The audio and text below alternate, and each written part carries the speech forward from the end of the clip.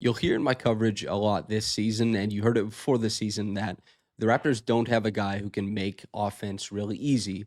And so they have to look elsewhere and be very particular in how they place guys and use guys to get the most out of their players. I'm going to show you guys some plays from the past and from this preseason to try and illustrate how the Raptors try to make things happen and what works. Some of this will be really simple, some a little bit more complex. We're going to start with the simple stuff, and that is relying on Brandon Ingram to be a world class scorer, which the Raptors do because they run this Iverson cut for him out of their after timeout sets. This is a sideline out of bounds play, which basically amounts to nothing except get Brandon in space and allow him to score. The Iverson cut, for those people who don't know, is named after Allen Iverson because they used to run this cut across the two guys all the time for him to allow him to work with momentum and score in space. And there's nothing really complicated happening here. I just think this is going to be an out of bounds after timeout favorite for the Raptors and something that they're going to use Brandon Ingram a lot in. And it's just a great way to guarantee him touches, advantageous looks in an offense that is going to have a lot of cooks in the kitchen. So to just diagram this a little, basically the reason why Brandon Ingram is so good is because he has this big wingspan and he's also very athletic for his size. So when he's running away from the basket, you can throw it and his catch radius is massive. And he's typically, because he's a good shooter, going to put his defender in a trail position. This means that he'll be able to turn it downhill. Now, the Celtics don't really contain this well at all, and they don't defend it well at all, in fact. But the advantages are there, and the Kings defend it a little bit better. And Ingram is still able to make something happen here, obviously. So CMB doesn't realize that he's supposed to be the first screen in the Iverson cut, and he eventually finds it. And then you can see Brandon Ingram, there's not much of an angle here. It's a nice pass from quickly. It's this pivot, this reverse pivot to catch and go downhill. And, they have RJ Barrett in the corner, so he's not that big of a threat. And they have another guy helping at the rim. Sabonis is obviously playing off of CMB.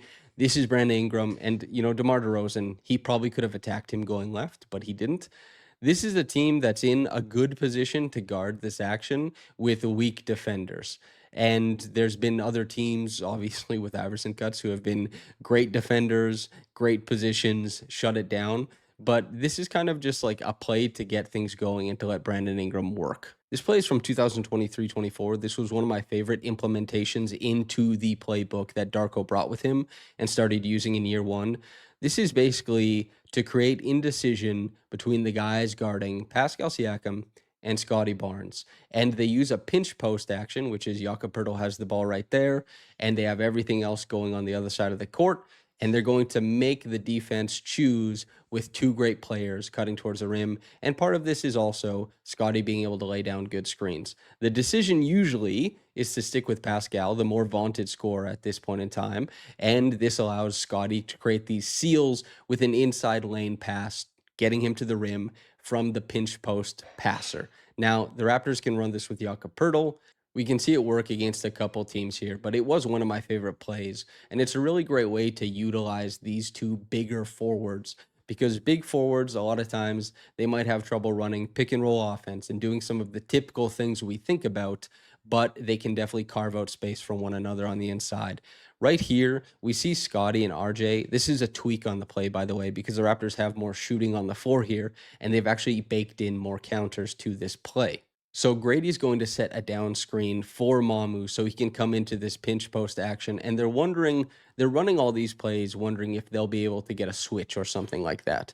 And you'll see in the modern era versus when Darko first came over, they're stacking the strong side with an additional player. Why? Because Grady is a larger part of the rotation, and they're wondering if they can run a screen between he and Shed if the main action for Scotty and RJ doesn't work. And you'll see, very similar to Scotty and Pascal. Scotty is still in the Scotty role, RJ is in the Pascal role, and Scotty is meant to create that seal, cut, and ideally you want to be able to create a 2-on-1, and this would usually be set a little bit closer so that there's more pressure for RJ to float to the 3-point, and Scotty might be able to have an easier playmaking decision here, but he fades and he misses a shot. But this is an action that, evidenced by the plays I showed before this, I think that the Raptors will be able to go to and score out of because it actually wasn't defended that poorly by the Brooklyn Nets.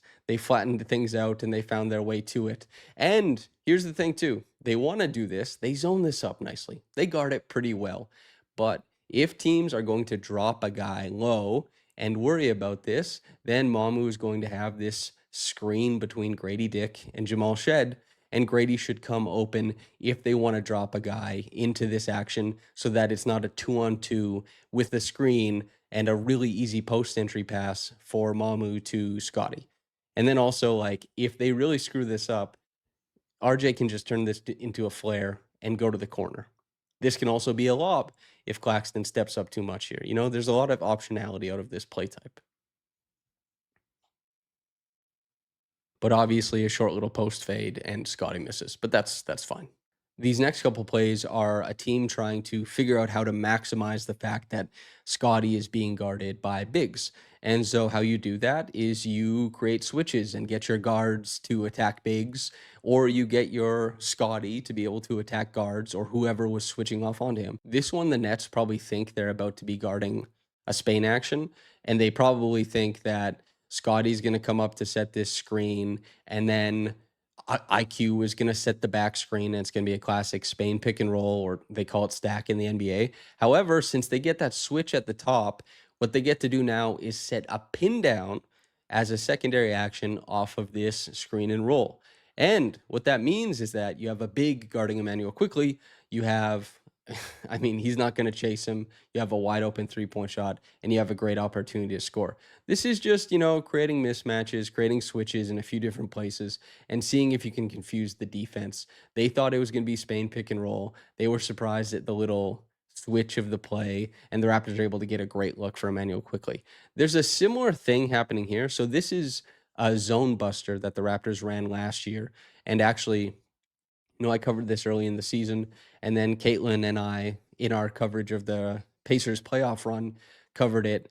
The Pacers, on their route to the NBA Finals, they stole this play, and it's a great play. I understand why they stole it, and they used it. Caitlin and I covered this play on our podcast after the Cleveland Cavaliers went zone a bunch and won game 3. And then we said, they might be able to borrow from the Raptors, and that actually made it into the Pacers playbook. And the Pacers used it all the way, and they used it against the Thunder, they used it against the Knicks, and the Raptors, I mean, this is their play. This is Darko's play. Basically, the crux here and why it's tough is because you're creating like this empty side where you're playing around with Grady and Scotty. And Scotty's going to use, his screening ability, his rolling gravity, and Grady is going to use his shooting gravity. And these guys are going to make the defense step up and squirm and make mistakes. And why I like this is that it doesn't even have to just be in zone, but the Raptors start incorporating a few different things, right? They see that Scotty's being guarded by a big. Okay, he's being guarded out in space. What do we want to make this guy do? We're going to go get Jamal Shed, and we're going to try and get a guard on Scotty. So let's go for that. Credit to Shed for really sticking this screen. He sticks it so well that there's no choice. You just have to switch at that point. He pushes him up, and then at this point, similar to the zone buster, we're looking at Scotty and Grady 2-on-2 with a whole side of the floor to themselves. And this creates a bunch of opportunities, a bunch of potential, because these two players here and a lot of players in the NBA are going to have trouble just nullifying both of these guys' strengths at the same time.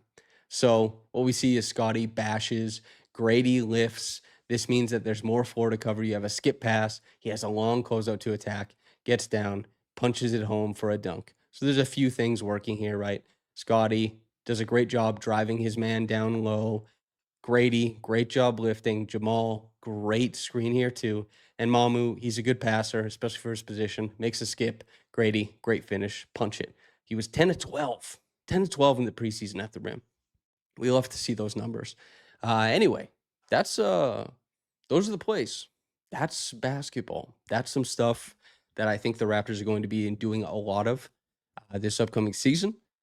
And on top of that, these things, even if it's not the exact play that I'm putting on screen, you can see the concept of what they're trying to accomplish, what advantages they're trying to mine. The Raptors were really poor really poor half court offense in the preseason. They need to mine stuff like this. They need to free their guys up and they need to stack strengths more often during the regular season if they want to score the ball well. They didn't even shoot the three ball that bad in preseason and they were still a bad offense. It's because they need to create more possessions like these ones. They need to create more advantages. I'm Samson Folk. Thank you for tuning in. If you're listening now, go to my Twitter and enter the Brandon Ingram free jersey giveaway that we're doing to listeners of this podcast. Well, this isn't a podcast episode, but you get the gist of it. And make sure to like, comment, subscribe. And if you learned something, let me know in the comments. And I'll hype as well. And also, follow me on Twitter. If you see one of these plays or if you see the Raptors trying, let me know about it. Tell me. I love when people start recognizing plays and we get to talk about what the Raptors are trying to do.